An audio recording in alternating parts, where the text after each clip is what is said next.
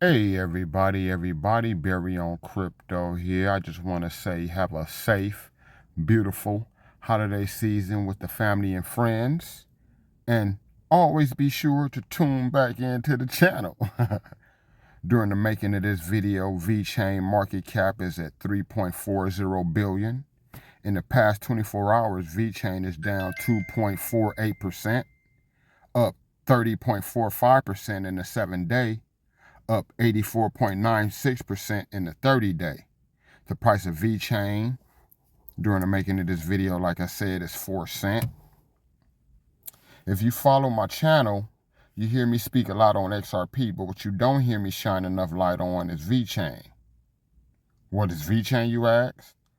Launched in 2015 as a private consortium network, the Vechain Foundation went on to develop Vechain Thor public blockchain, a fully programmable EVM compatible L1 smart contract platform that is adaptable to wide-ranging real-world needs. Supply chain sustainability, carbon emission, SDGs, DeFi, NFTs, and more. Vechain Thor seamlessly handles it all. A unique two-token model ensures low and stable transaction costs, while an advanced proof of authority consensus mechanism guarantees high throughput, scalability, security within minimal energy consumption, culminating in zero downtime for the network after 3+ years of continuous operation. Vechain technology continues to pioneer real-world blockchain applications across the globe with offices in China, Singapore, Luxembourg, Japan, France, San Marino, and the United States. Strong independent development capabilities combined with professional compliance guidance of strategic partners, PwC, and the DNVGL, has enabled Vechain to establish partnerships with leading enterprises including Walmart China, Bayer China, BMW Group, BYD Auto, PIC, HMH Group, Shanghai Gas, LVMH, DIG, ASI Group, and more. Like I stated a second ago, Vechain is also a dual token system consisting of Vechain token, VET, and VThor token, Thor, network users rewarded with the latter when they hold the former, which is also in the case of NEO and Gas. The Vechain token can be used to deploy applications on the platform, whereas VThor can be used to pay the application on a transaction of the other network. Vechain claims that the economic model is better suited for the enterprises than the one in the other blockchains such as Ethereum and Bitcoin, where higher usage drives the cost of the utility token and subsequently the cost deploying operations in the protocol. In an official blog post earlier this year, the foundation announced its grand aspirations to make financial services sector one of the main focuses of our deployment plan. They also announced their partnership with a property mortgage loan provider, FangHongWang.com, a subsidiary of Beijing Beige Technology. They also reported partnerships with BMW Group, Renault, and DNVGL. Until now, Vechain has existed in the form of an ERC token on the Ethereum blockchain. In an announcement detailing the roadmap moving forward, the foundation stated that they would engage in negotiations with exchanges to perform the token swap to become an independent network. The roadmap also detailed plans to launch a mobile wallet and ledger integration, and that mobile wallet has already been accomplished, and that has been accomplished with the VWorld app. All you got to do is go to your app store and download the VWorld app and you will find it. I appreciate you guys letting me ramble on for this long. I still got a little more video for you guys to dive into. I'll let Sonny Lou explain a little more in detail than I did. Appreciate you. Have a beautiful time with your family. Barry on Crypto. We out. So let's talk about Vechain. Like, do you guys have a token? Yes, we do. We call VET, is a native token, and also we have a second type of token we call VSOL, is actually a gas token. Okay. To kind of separate a bit, because that was the first we call it a little bit like dilemma in the tokenomics design for most of the layer one platforms.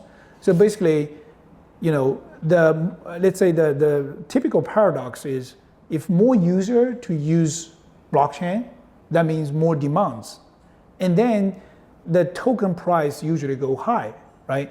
But most of the layer one also link, kind of have the gas linked directly to the token as well. So basically you do a transaction or you execute a smart contract, you need to pay the same type of token as a cost, right? But you see the paradox is more people to use, more demands, higher price of the token, that means higher cost of the gas fees as well. Yeah. So eventually kind of always going to this kind of cycle, and it kind of prevents lots of the enterprise, because the enterprise looking for a stable and a relatively low cost of doing the transactions. They also wanted to have a predictable transaction cost. Oh yeah. Right? So otherwise, you cannot plan like, okay, this year I plan 100,000 for the cold gas fees. Next year, oh boom, you gotta pay $1 million or $2 million. Nobody wants that. Right. So we kind of separate. The VET token is a native token to secure the blockchain networks, and the VSOL is generating from the VET, but paying for the gas fees. I see. So that was one of the I think we are the first one to design this twin token system, try to address this issue. Interesting, yeah. I actually didn't know that, so good to know. I want to shift gears a little bit. Let's talk about sustainability, because I know you're a big believer in sustainability, you're a big supporter. Vechain is doing a lot around sustainability, so can you talk a little bit about that? Sure.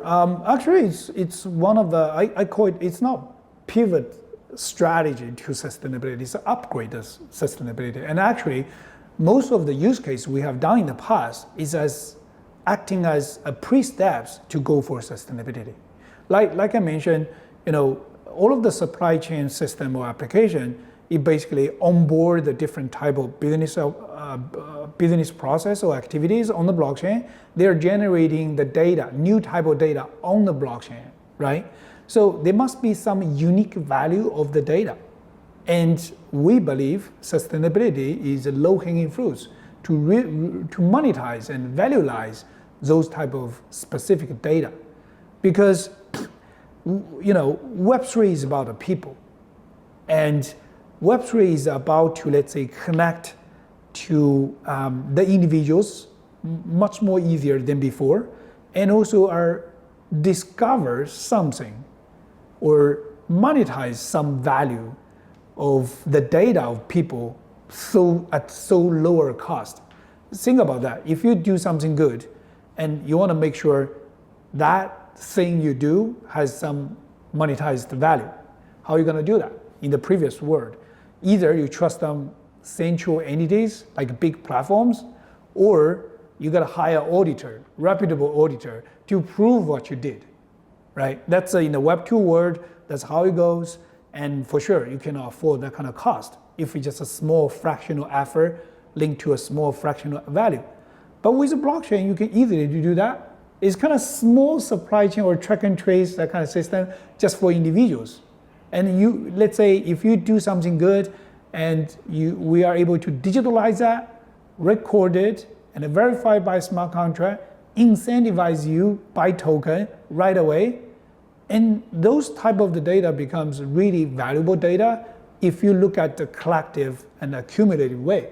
So from this point, I believe that sustainability is kind of waiting for Web3 to solve some of the issues, or to be as the next use case, promising use case for mass adoption of the Web3 technology. Right.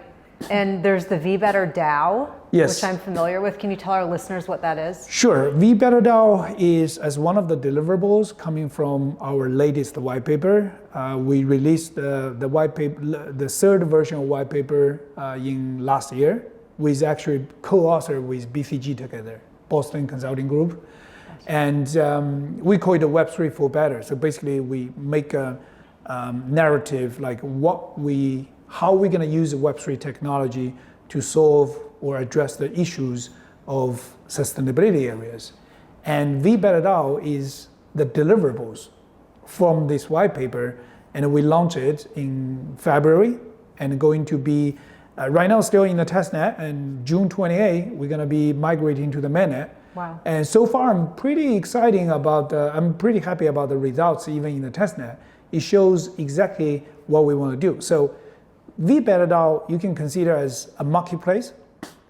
And the marketplace incentivize or motivate different type of, we call X2N applications. So all of the decentralized applications to create a scenario for every user, normal people, to do good, make a better choice from your daily life, and eventually realize the collective value.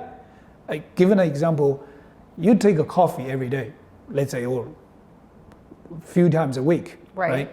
But especially when you travel, when you walk around to the coffee shops or Starbucks, you take a paper cup, right? But actually, if you think from, like, if you have a God's eye, God's view to see the entire world, 16 billion paper cups have been made and consumed every year by the world. It kind of coming from 6.5 million trees have to be cutting down.